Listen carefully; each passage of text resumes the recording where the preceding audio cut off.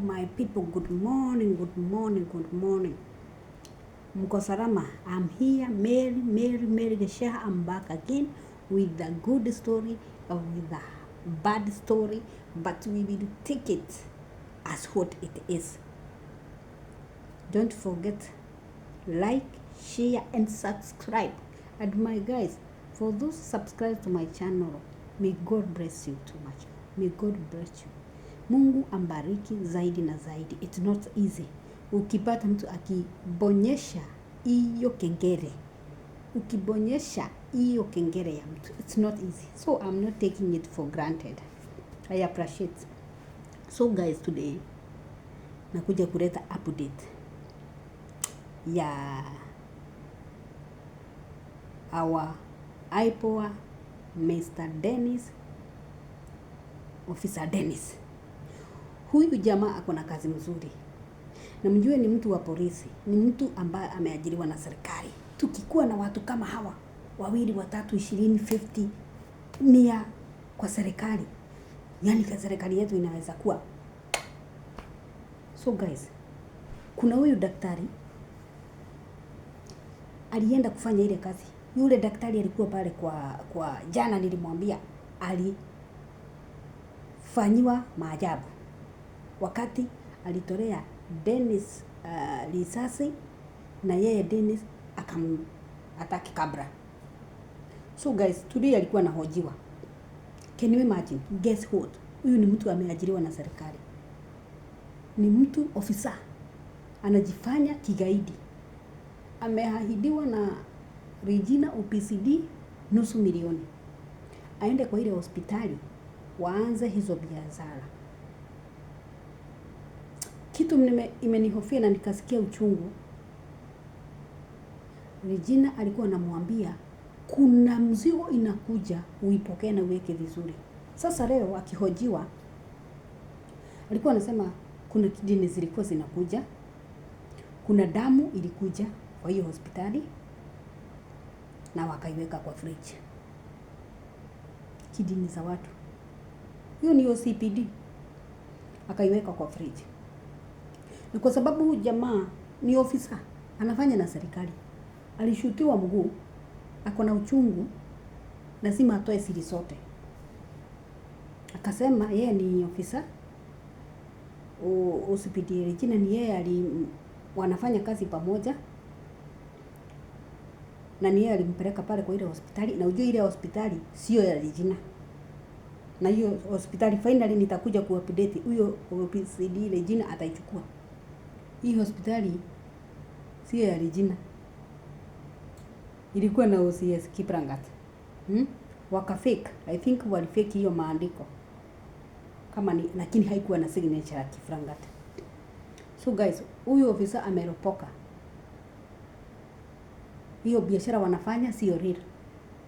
Na mjue guys, from day one, huyu IPOA ameenda na huyu OCPD na OCPD hajamjua. Amemwambia siri zote, OCPD hajamjua. Na OCPD anaambiwa na watu kuhusu kijana Dennis, Officer Dennis. Anafuata maisha ya watu wale wanafanya maovu, lakini hajai mjua hata sura. Sasa jana vile nilimwambia, alikuwa anasema unajua hawa watu kitu moja, hawatumii simu za bei kali, hawa magaidi. Wanatumia tule tusimu twa kufinya button. Kale kasimu ambayo huwezi ukaingia online. Hakatumii nini? Bados. Magaidi ndio wanatumia. Kwa hivyo kupata hizi vitu kwa mitandao hawawezi wakapata rahisi. Na hawana hiyo time ya kuingia waone vile vinaendelea. So huyu OCPD hajai jua who is Dennis wenye anafanya na yeye, na hajui who is Dennis yule ambaye anakomesha maovu. So guys, huyu askari ofisa ametoa siri kwa uchungu, ameumia na anarudishwa ndani sasa pale waende wapatane na Kipragat. Kipragat akawa arrest. Sasa nataka ujiulize, kama wewe unafuataga historia yangu, OCPD ni mtu mkubwa kwa serikali, anafanya hiyo mambo yote, watu wake wanaendelea kuisha, anatafuta huyu Dennis, hajui ameanikwa kwa mitandao. Na kama ungetaka kujua, ukienda kwa hiyo Mr. Dennis TV, Officer Dennis TV, uanzie pale, utaona hiyo story ndio hiyo. Anafuata hiyo story one by one, imeenda hivi. Mimi nagusia tu, lakini ukienda pale kwa Dennis, sawa kusubscribe hiyo channel. Enda hivyo, utaona. Utakuwa na lineup yote ya huyo OCPD.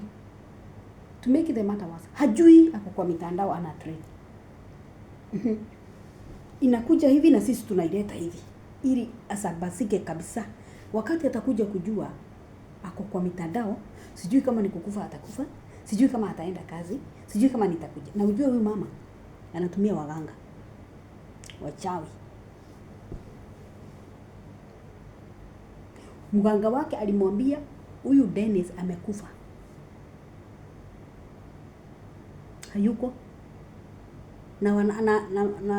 Na huyu OCPD anapigia Dennis simu, anamwambia mganga wangu aliniambia yule Dennis alikufa, sijui aje. Ninasikia huyu Dennis ndiye arrest Kiprangat.